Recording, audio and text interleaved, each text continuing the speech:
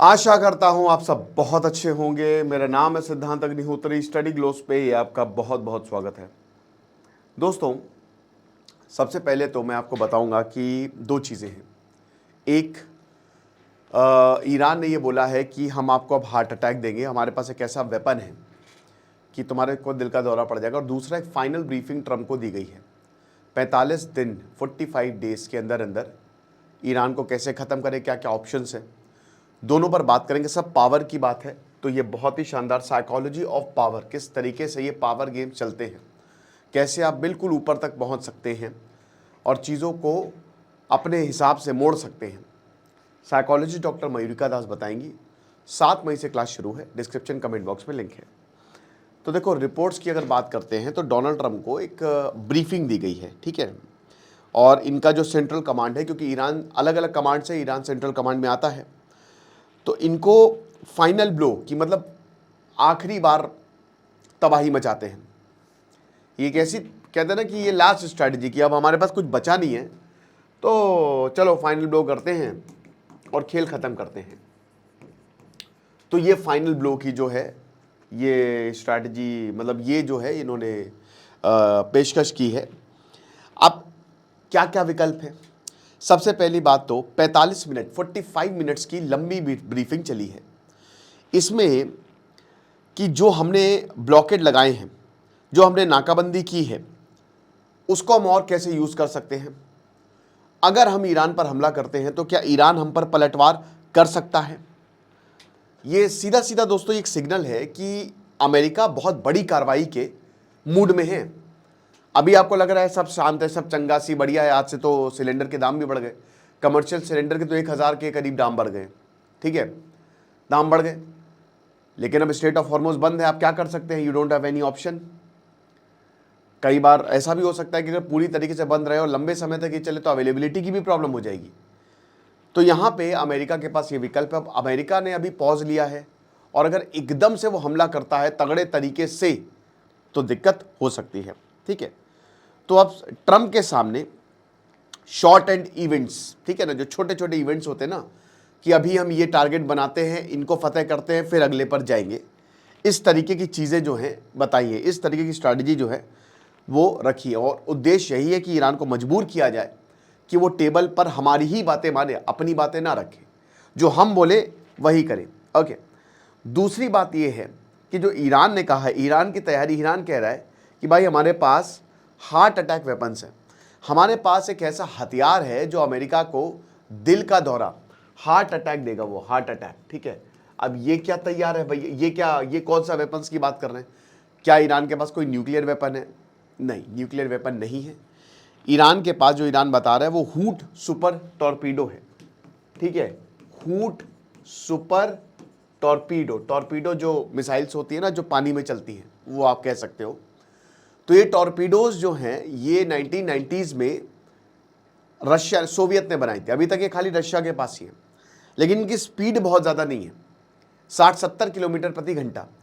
Iran ने उस technology को जो है वो बना लिया और ईरान कह रहा है कि स्पीड जो है हमारी टॉर्पीडो की, जो हूट है, वो 300 किलोमीटर प्रति घंटे की रफ्तार से आएगी और इनके एयरक्राफ्ट कैरियर को ख़त्म कर देगी। यानी कि 300, 350, वैसे to be precise 360 kilometre per hour, इतनी तेज़। अगर मान लीजिए कि अंडर वाटर में कोई टॉर्पीडो जा रहा है तो काम तमाम कर देगा, पलक झपकते ही जो है you will be hit. Normal torpedo से ये 3-4 गुना ज़्यादा है। वॉरहेड 200-250 किलोग्राम का इसमें वॉरहेड लगा दीजिए, आगे बम लगा दीजिए, छोड़ दीजिए इसे और काम तमाम कर देगा। आगे ये अपना जो है वो रास्ता ढूंढ के सीधा टकराएगा, बस हमसे जो टकराएगा चूर चूर हो जाएगा। आगे लिख भी देना चाहिए। ये रेंज 10 से 15 किलोमीटर के, तो बहुत ही शॉर्ट रेंज है, ठीक है। अब देखिए, ये एक बबल क्रिएट करता है, ठीक है, it creates a bubble gas around itself, और उसके बाद वाटर से नहीं, ये बबल्स के थ्रू जाता है, ठीक है। तर तर तर तर तर तर तर बबल्स जो है इसको पुश करते हैं और फिर रेजिस्टेंस, क्योंकि वाटर के थ्रू जाएगा तो काफ़ी रेजिस्टेंस होगा, तो क्योंकि बबल्स के थ्रू जाता है तो रेजिस्टेंस का चांसेस बहुत कम हो जाते हैं और इसीलिए काफ़ी ज़्यादा इफेक्टिव रहता है।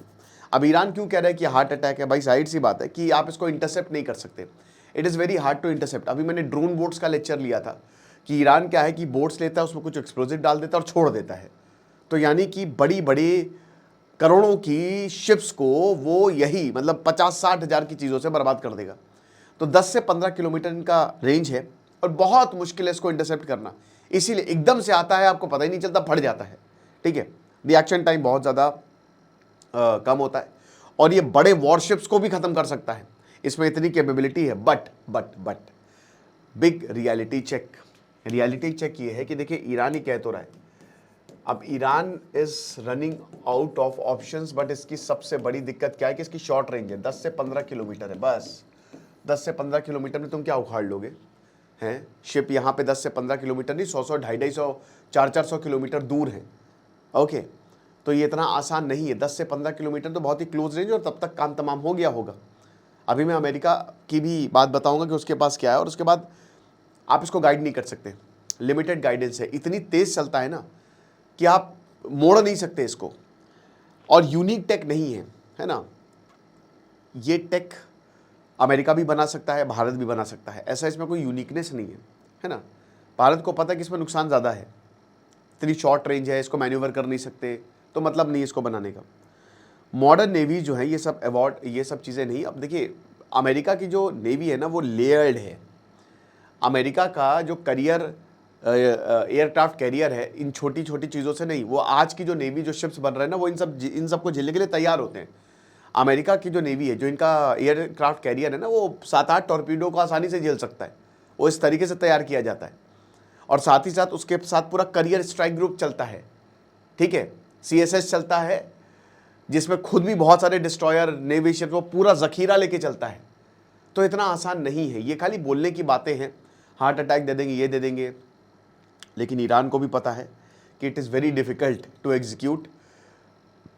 लेकिन जो ब्रीफिंग दी गई है, अमेरिका एग्जीक्यूट कर सकता है इस प्लान को। और अगर ऐसा हुआ तो अभी तो देखिए मार्केट स्टेबल हुआ है, चीज़ें थोड़ी बेहतर दिख रही हैं, UAE चला गया ओपेक से बाहर, भारत की लॉटरी लग गई है।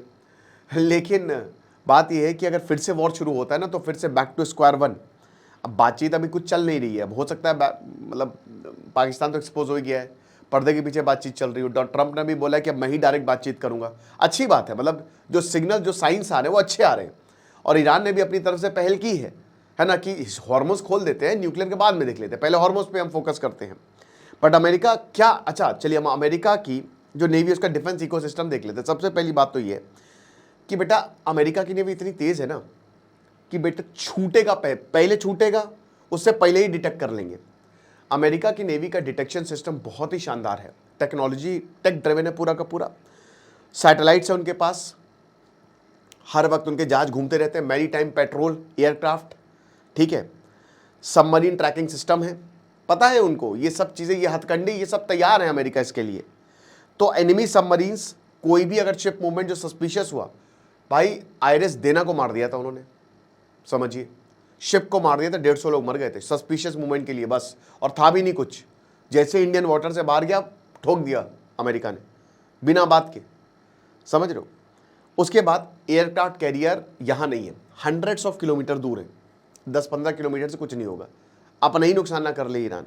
Okay, and they are already, जैसे कि मैंने बताया, उनके पास बहुत ज़बरदस्त है। और अंडर वाटर डिटेक्शन सोनार्स लगे रहते हैं, है ना, हॉल माउंटेड सोनार्स होते हैं और टावर डेरे सोनार्स होते हैं। तो कहीं पे भी अगर अंडर वाटर कोई टॉर्पीडो आ रहा है या कुछ ऐसी चीज़ आ रही है तो ये सोनार तुरंत डिटेक्ट कर सकते हो, कितनी भी तेज़ है वो, 300 के अगर 400 किलोमीटर प्रति घंटे की स्पीड से भी आए ना तो भी डिटेक्ट कर लेंगे वो। Okay, then there is MK-32 surface vessel torpedo tubes, जो कि इसी के लिए बनी है कि अगर कोई टॉर्पीडो आता है तो पहले ही खत्म कर दो।